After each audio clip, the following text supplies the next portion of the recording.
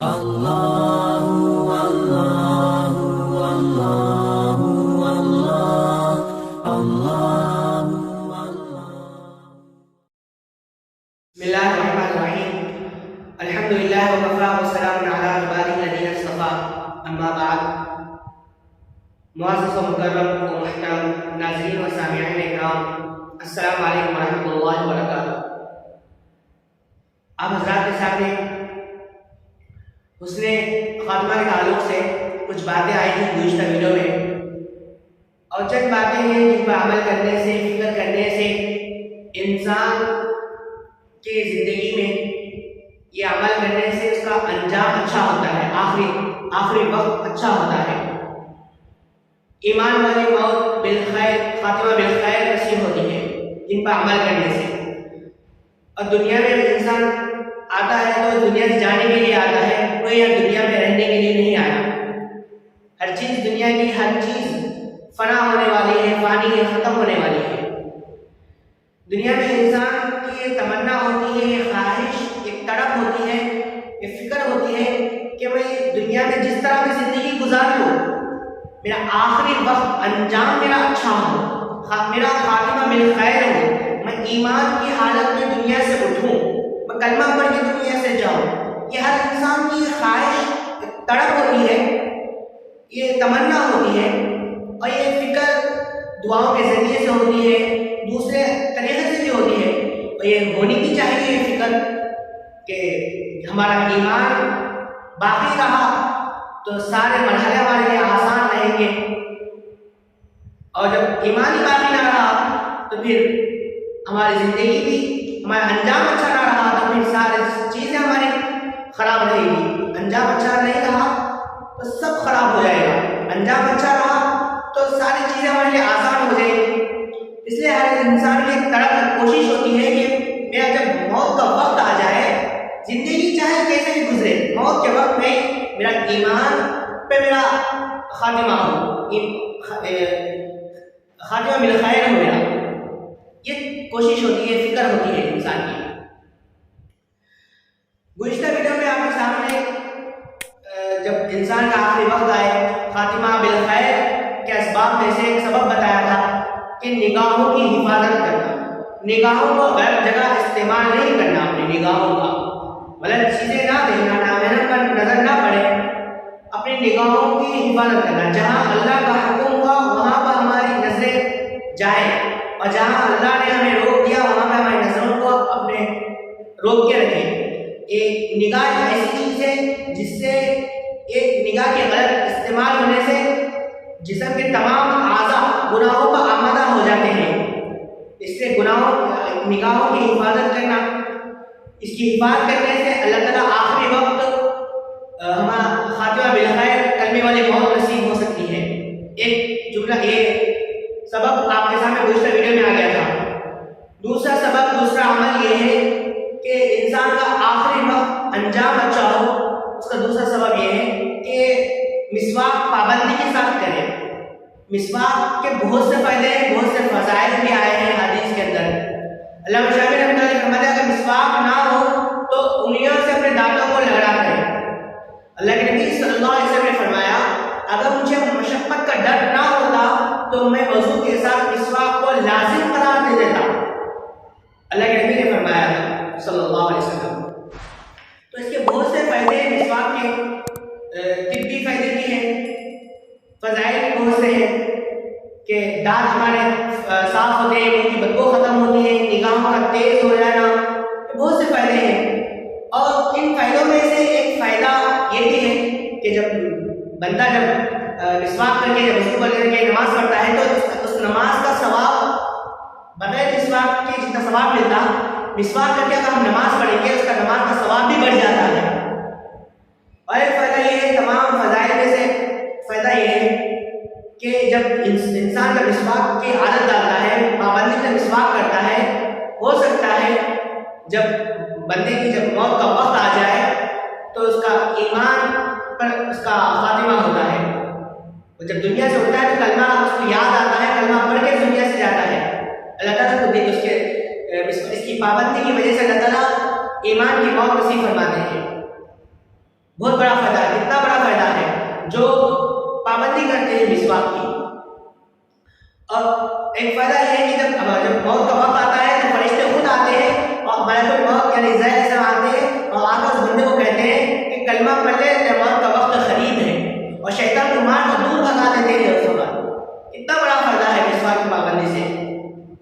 انسان کے آخری وقت اگر یہ عمل اچھا انجام اچھا ہو تو یہ دوسرا یہ عمل بھی ہے جو ہمارے بڑے مشائخ نے لکھا ہے کہ مسواک کی پابندی ہو۔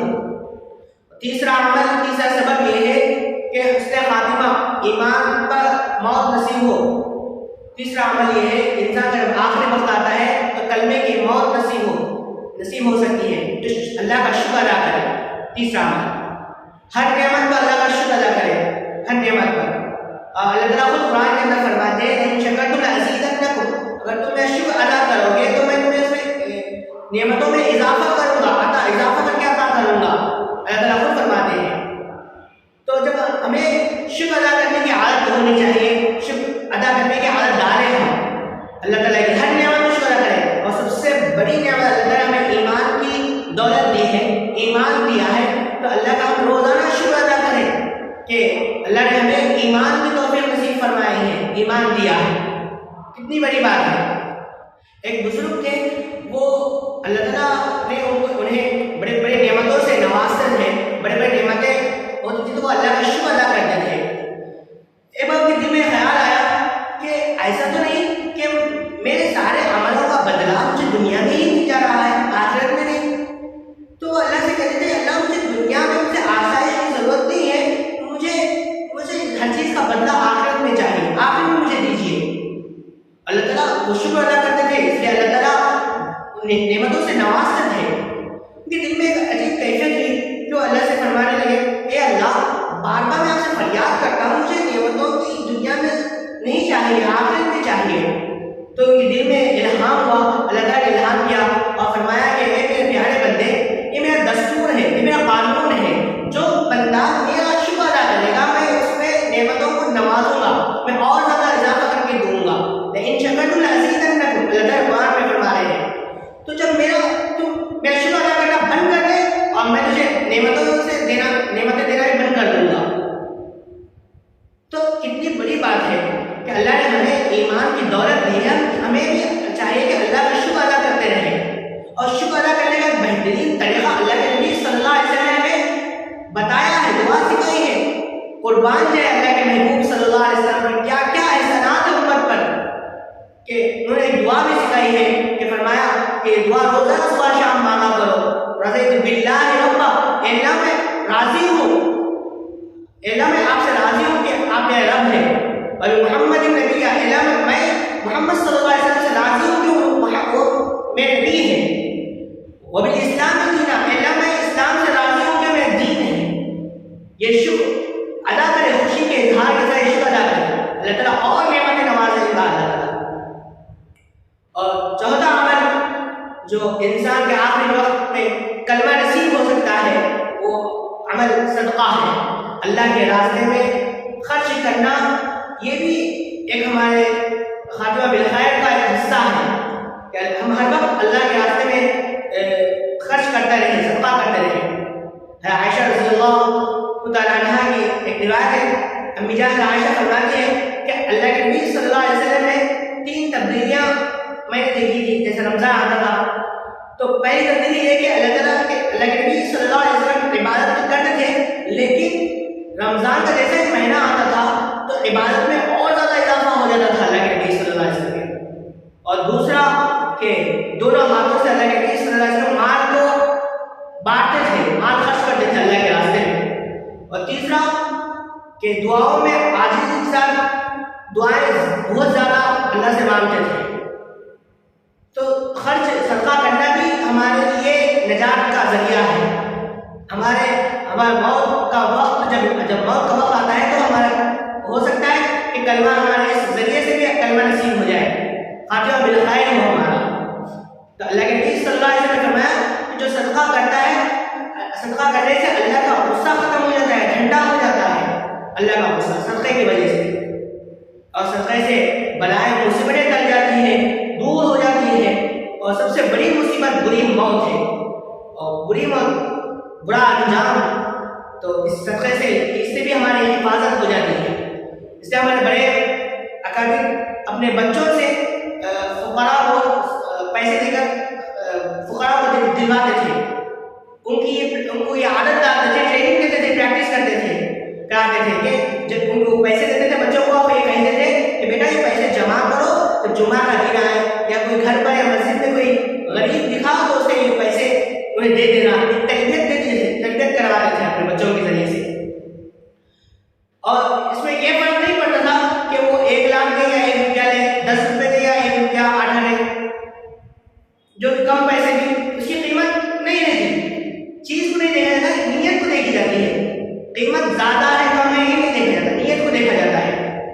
اب 1 لاکھ 2 لاکھ پیسے بھی دیے اور نیت صاف نہیں تو اس کا کوئی فائدہ نہیں۔ اب 1 روپیہ بھی اگر دے، نیت صاف ہو تو اللہ تعالیٰ اس کا اجر جو 2 لاکھ 3 لاکھ 1 لاکھ کے برابر بھی دے سکتا ہے، اللہ تعالیٰ امید ہے اس سے بھی برکت دیتا ہے اللہ تعالیٰ۔ تو نیت صحیح ہو، یہ عادت ڈالے اپنے بچوں کو چھوٹے سے ان کے ہاتھ میں پیسے دے کے دلوانے، مسجد کے سامنے یا جب گھر پر آتے ہیں تو ان کے ہاتھوں سے دلوانے لگائے، یہ عادت ڈالے، تربیت کرے اس کہ یہ نہ دیکھے کہ پیسے زیادہ کم، 1 روپیہ ہی صحیح لیکن اس کی عادت ڈالنے لگے تو مصیبت صدقے سے بھی بلائیں مصیبتیں دور ہو جاتی ہے۔